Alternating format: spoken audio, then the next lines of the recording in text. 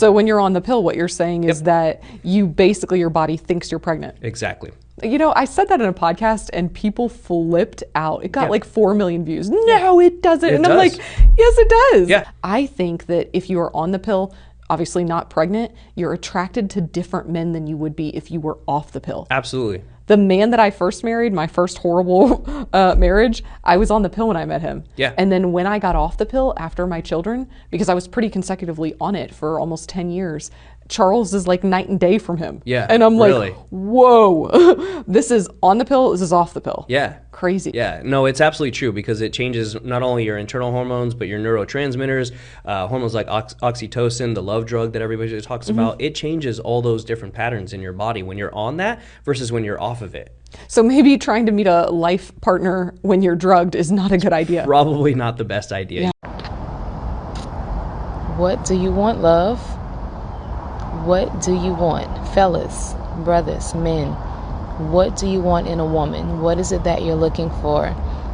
A lot of my fellow women folk have responded and I've heard what they have said, but I want to hear from you. I don't want to say what they said to muddy the waters, but I want to hear from you. What is it exactly that you men are looking for in a woman?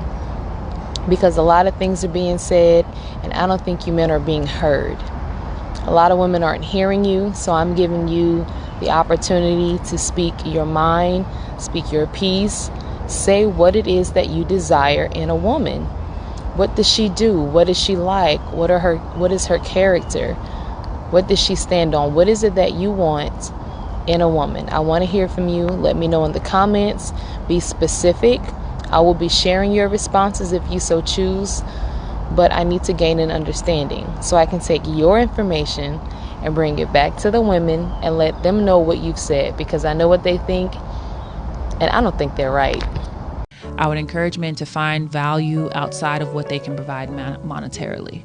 I would encourage men to know what is it that they need from women outside of physical benefits. Because you guys do such a great job at minimizing your needs, as women we were taught they weren't important.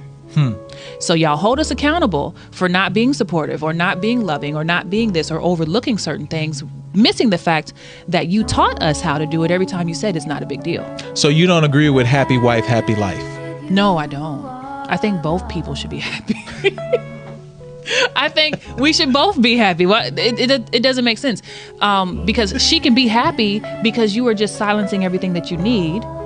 And now you're miserable. There'll be a breaking point at some point. Right. And the breaking point comes out in sabotaging behavior. Yeah. That's going to cause damage to the relationship. Never use sex as a weapon against your husband.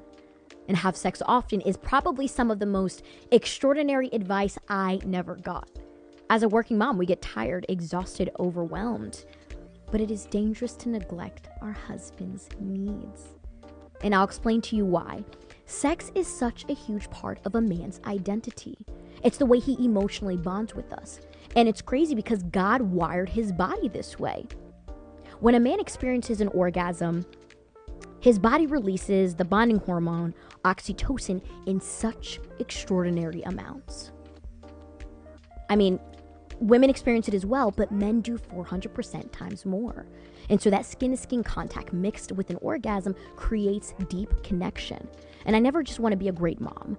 I never just want to be killing it in the workplace. But I desired for my husband to find me to be a good lover. Look forward to coming home to me.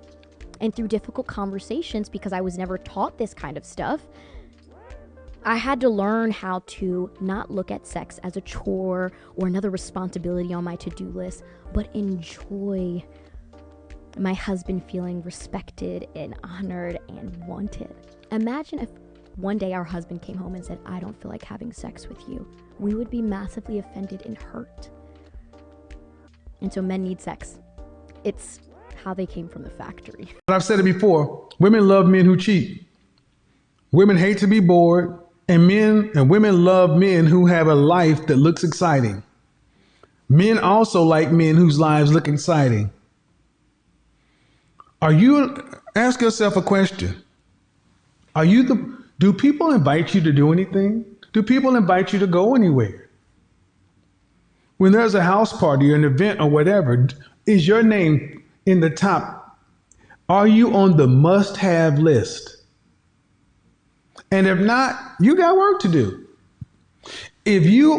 There are people, if you've ever thrown a party, you know there are people that do like, well, you got to invite so-and-so and so-and-so and so-and-so.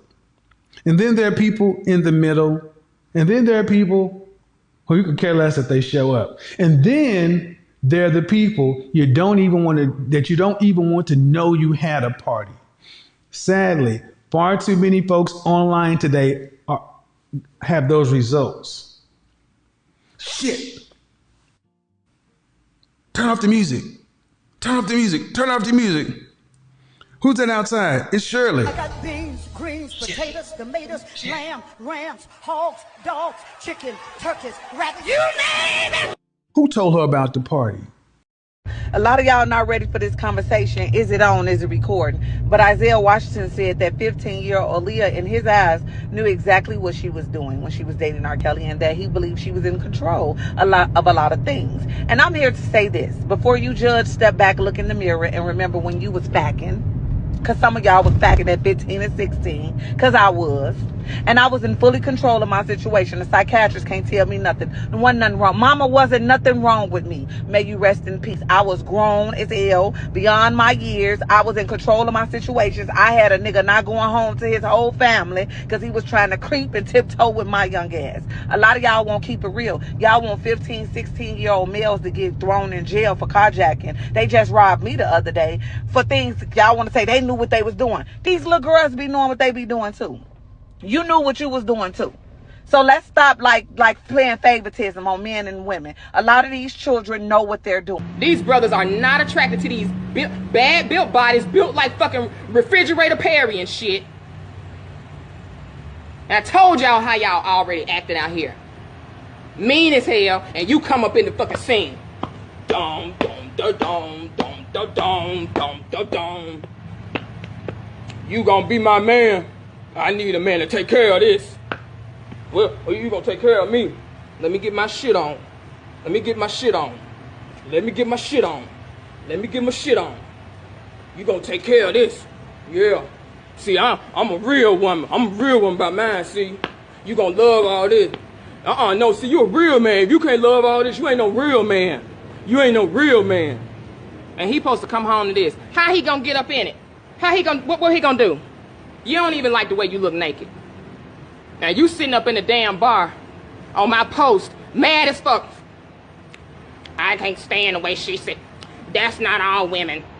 That ain't all women. Y'all, this is not fair to the black community. This is not uplifting the sisters. Sin. You telling the truth though. You telling the truth. I know. And then your ass get bigger, and then what happened? It get even bigger, goddammit. Here we go. So now we really fucked up. Just in case I don't make it home tonight. Oh, just in case. Oh no, I was on birth control.